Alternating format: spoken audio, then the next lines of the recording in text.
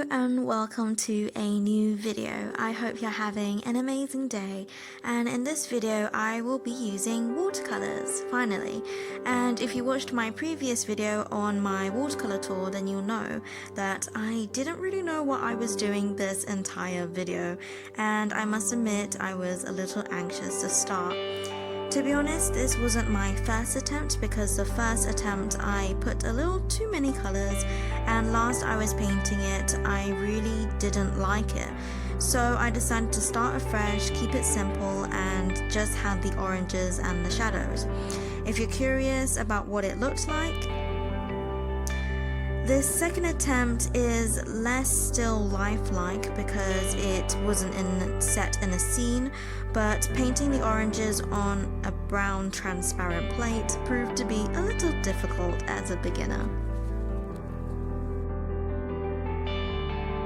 This second attempt was definitely a lot bolder than my first. I think I had a small added confidence from the first attempt, which meant I was braver to add more colour to the page. It's funny because I showed my dad the first and he liked that it was fainter and in a scene. And there's definitely some aspects that I definitely still do like, and I'll try and do that for my next video, which I'm very excited to see turn out. I'm thinking of painting more subjects that I like to paint or draw other than entire urban buildings and landscapes, as I slowly ease into figuring out how I like working with watercolour and trying out a few different things with this medium.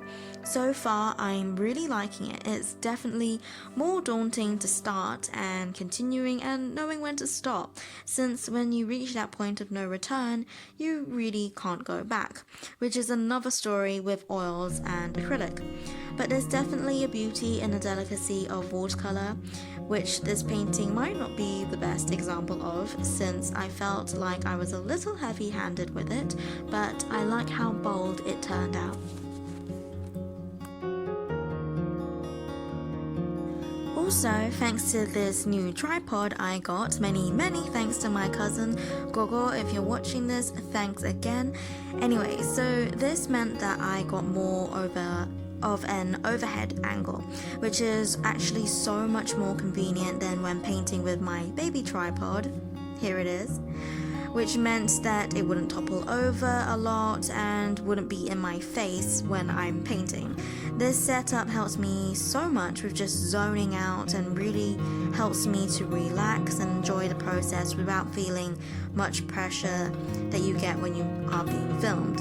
For this painting I used my Dalla, Rowley and Winsor & Newton watercolour set for the oranges and my Montmartre set for the shadows. I'm sorry if I'm butchering those names. But on another thing that I had to be more conscious of using was the paper for the highlights, which felt so unnatural for me to do, since putting the highlights is normally the last thing I do.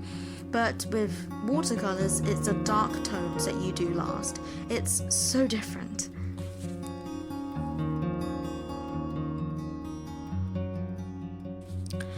Other than being intimidated by this medium, I also got distracted from painting this because I recently got into knitting again, which happened last winter too. But like my first painting attempt, I got ahead of myself and got frustrated, but likewise, I didn't quit.